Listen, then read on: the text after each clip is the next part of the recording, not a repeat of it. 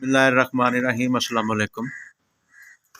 देखो बकरे ਅਸੀਂ ਪਾਲਦੇ ਹਾਂ, ਕੁਰਬਾਨੀ ਵਾਸਤੇ ਵੀ ਪਾਲਦੇ ਹਾਂ। ਆਮ ਅਸੀਂ ਆਪਣੇ ਜਿਹੜੇ ਫਾਰਮ ਆ ਉਹਨਾਂ ਦੇ ਵਿੱਚ ਵੀ ਅਸੀਂ ਬੱਕਰੇ ਰੱਖਦੇ ਹਾਂ। ਨਰ ਤੋਂ ਬਗੈਰ ਤਾਂ ਕੰਮ ਹੀ ਨਹੀਂ ਨਾ ਚੱਲਦਾ। ਅਤੇ ਆਮ ਰੋਜ਼ਮर्रा ਜ਼ਿੰਦਗੀ 'ਚ ਅਸੀਂ ਦੇਖਿਆ ਵਾ ਕਿ ਸਾਡੇ ਜਿਹੜੇ ਬੱਕਰੇ ਆ ਨਾ, ਉਹਨਾਂ ਦੇ ਵਿੱਚ ਕਾਫੀ ਸਾਰੀਆਂ ਨਾ ਗੰਦੀ ਸਿਫਾਤ ਮਤਲਬ ਪੈਦਾ ਹੋ ਜਾਂਦੀਆਂ ਵਾ। ਉਹ ਗਰਮ ਹੋ ਜਾਂਦੇ ਆ, ਆਪਣਾ ਨਾ ਪਿਸ਼ਾਬ ਪੀਣ ਲੱਗਦੇ ਆ। ਜਿਸ ਤਰ੍ਹਾਂ ਇਹ ਬੱਕਰਾ ਹੁਣ ਮੇਰੇ ਸਾਹਮਣੇ ਤੁਸੀਂ ਦੇਖ ਰਹੇ ਆ, ਇਹ ਮਤਲਬ ਵਕਤਨ ਫਵਕਤਨ ਜਿਹੜਾ ਨਾ ਇਹ ਬੜੇ ਸ਼ੈਤਾਨੀ ਕੰਮ ਔਰ ਇਹ ਮੁਖਤਲਿਫ ਤਰ੍ਹਾਂ ਦੀਆਂ ਜਿਹੜੀਆਂ ਨਾ ਆਵਾਜ਼ਾਂ ਉਹ ਕੱਢਦਾ ਰਹਿੰਦਾ ਵਾ। ਅਤੇ ਦੇਖੋ ਇਹ ਨਰ ਦਾ ਹੋਣਾ ਤਾਂ ਬਹੁਤ ਜ਼ਰੂਰੀ ਆ। ਅਗਰ ਇਹਨੂੰ ਅਸੀਂ ਬਹੁਤ ਜ਼ਿਆਦਾ ਠੰਡਾ ਕਰ ਦਿਆਂਗੇ ਅਤੇ ਫਿਰ ਵੀ ਸਾਡੀਆਂ ਜਿਹੜੀਆਂ ਬੱਕਰੀਆਂ ਵਾ ਉਹ ਇਹਦੇ ਤੋਂ ਕਰਾਸ ਨਹੀਂ ਹੋਣਗੀਆਂ। ਅਤੇ ਫਿਰ ਜਦੋਂ ਅਸੀਂ ਕੁਰਬਾਨੀ ਵਾਸਤੇ ਇਹ ਬੱਕਰੇ ਰੱਖਦੇ ਹਾਂ ਅਤੇ ਫਿਰ ਇਹਨਾਂ ਦੇ ਗੋਸ਼ਤ ਦੇ ਵਿੱਚੋਂ ਸਮੈਲ ਵੀ ਆਉਣ ਲੱਗ ਪੈਂਦੀ ਆ। ਅਤੇ ਕਿਉਂ ਨਾ ਹੋਵੇ ਕਿ ਇੱਦਾਂ ਦੀ ਅਸੀਂ ਮਤਲਬ ਪਲਾਨਿੰਗ ਕਰ ਲਈਏ, ਇੱਦਾਂ ਦੀ ਟਰੀਟਮੈਂਟ ਕਰ ਲਈਏ ਕਿ ਜਿਹਦੇ ਨਾਲ ਸਾਡਾ ਬੱਕਰਾ ਜਿਹੜਾ ਵਾ ਉਹ ਹੈਲਦੀ ਵੀ ਰਹੇ, ਸਿਹਤਮੰਦ ਵੀ ਰਹੇ ਔਰ ਬੱਕਰੀਆਂ ਵਾਸਤੇ ਵੀ ਕਾਰਗਰ ਰਹੇ। ਅਤੇ ਇਹਦੇ ਵਾਸਤੇ ਮੈਂ ਤੁਹਾਨੂੰ ਨਾ 2-3 ਅੱਜ ਟੋਟਕੇ ਦੱਸਾਂਗਾ, ਜਿਹੜੇ ਅਕਸਰ ਦੋਸਤਾਂ ਨੂੰ ਵੀ ਕਰਾਈਦੇ ਆ ਔਰ ਜਿਹੜੇ ਪ੍ਰੈਕਟੀਕਲ ਲਾਈਫ ਦੇ ਵਿੱਚ ਅਜ਼ਮਾਏ ਹੋਏ ਤਰੀਕੇ ਆ। ਉਹਦੇ ਵਿੱਚ ਇਹ ਹੈ ਕਿ ਤੁਸੀਂ ਪਹਿਲਾ ਕੰਮ ਤਾਂ ਇਹ ਕਰ ਸਕਦੇ ਆ ਕਿ ਤੁਸੀਂ ਆਮ ਜੌਂ ਤੋਂ ਤੁਸੀਂ ਸਾਰੇ ਵਾਕਫ ਆ। ਪਿਸੇ ਹੋਏ ਨਾ ਜੌਂ ਲੈ ਲੈਣੇ, ਉਹਨਾਂ ਨੂੰ ਮਤਲਬ ਥੋੜ੍ਹਾ ਜਿਹਾ ਪੀਹ ਲੈਣਾ ਵਾ, ਬਰੀਕ ਕਰ ਲੈਣਾ ਵਾ।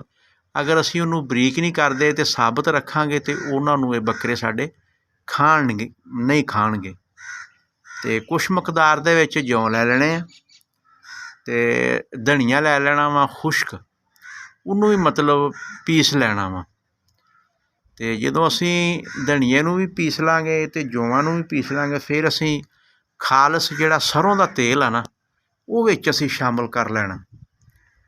ਥੋੜ੍ਹਾ ਜਿਹਾ ਤਕਰੀਬਨ ਕੋਈ 10-15 ml ਜਿਹੜਾ ਨਾ ਉਹ ਸਰੋਂ ਦਾ ਤੇਲ ਤੁਹਾਡੇ ਕੋਲ ਹੋਵੇ।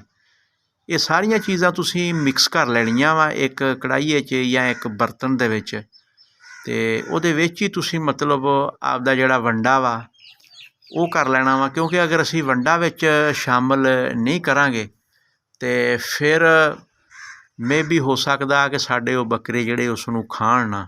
ਅਤੇ ਖਿਲਾਉਣ ਵਾਸਤੇ ਵਿੱਚ ਨਾ ਕੋਈ ਟੇਸਟੀ ਚੀਜ਼, ਗੁੜ ਵੀ ਸ਼ਾਮਿਲ ਕਰ ਸਕਦੇ ਹਾਂ। ਵੰਡਾ ਵਗੈਰਾ ਜਿਹੜਾ ਰੋਜ਼ਮर्रा ਦੀ ਜ਼ਿੰਦਗੀ 'ਚ ਅਸੀਂ ਇਹਨਾਂ ਨੂੰ ਪਾਉਂਦੇ ਹਾਂ ਉਹ ਵੀ ਤੁਸੀਂ ਸ਼ਾਮਿਲ ਕਰ ਲੈਣਾ। ਅਤੇ ਇੱਕ ਦਿਨ ਦੇ ਵਕਫੇ ਦੇ ਨਾਲ ਨਾ ਤੁਸੀਂ ਇਹ ਕੋਈ 2-3 ਖੁਰਾਕਾਂ ਇਹਨੂੰ ਨਾ ਤੁਸੀਂ ਦੇ ਸਕਦੇ ਆ। ਇਹਦੇ ਨਾਲ ਬੱਕਰਾ ਤੁਹਾਡਾ ਇਹਦੇ 'ਤੇ ਸ਼ਾਈਨਿੰਗ ਵੀ ਆਏਗੀ, ਹੈਲਥੀ ਵੀ ਹੋ ਜਾਏਗਾ ਔਰ ਜਿਹੜੀਆਂ ਇਹ ਹਰਕਤਾਂ ਕਰਦਾ ਵਾ, ਆਵਾਜ਼ਾਂ ਨਿਕਾਲਦਾ, ਉਹ ਆਵਾਜ਼ਾਂ ਵੀ ਜਿਹੜੀਆਂ ਨਾ ਉਹ ਅੱਗੇ ਨਾਲੋਂ ਘੱਟ ਜਾਣਗੀਆਂ।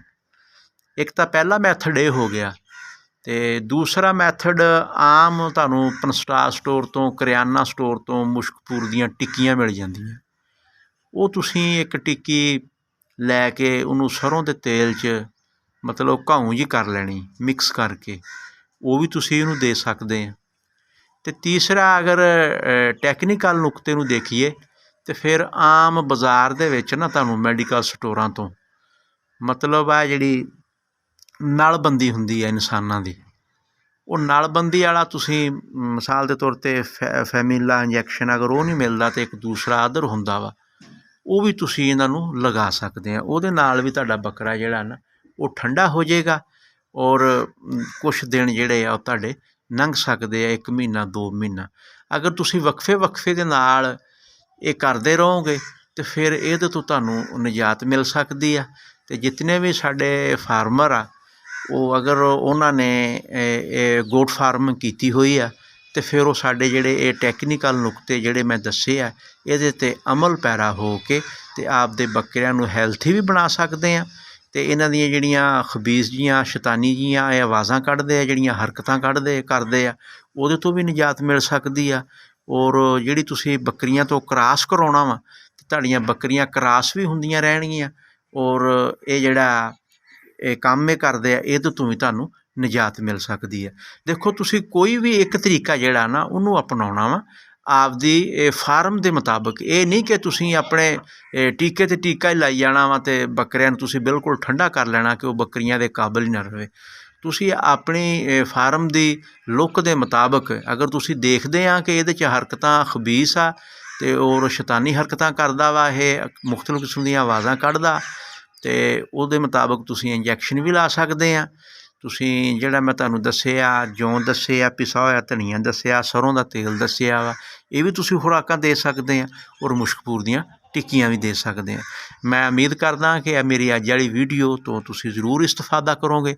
ਨੈਕਸਟ ਵੀਡੀਓ ਤੱਕ ਮੈਂ ਇਜਾਜ਼ਤ ਚਾਹੁੰਦਾ ਜੀ। ਅੱਲਾ ਹਾਫਿਜ਼।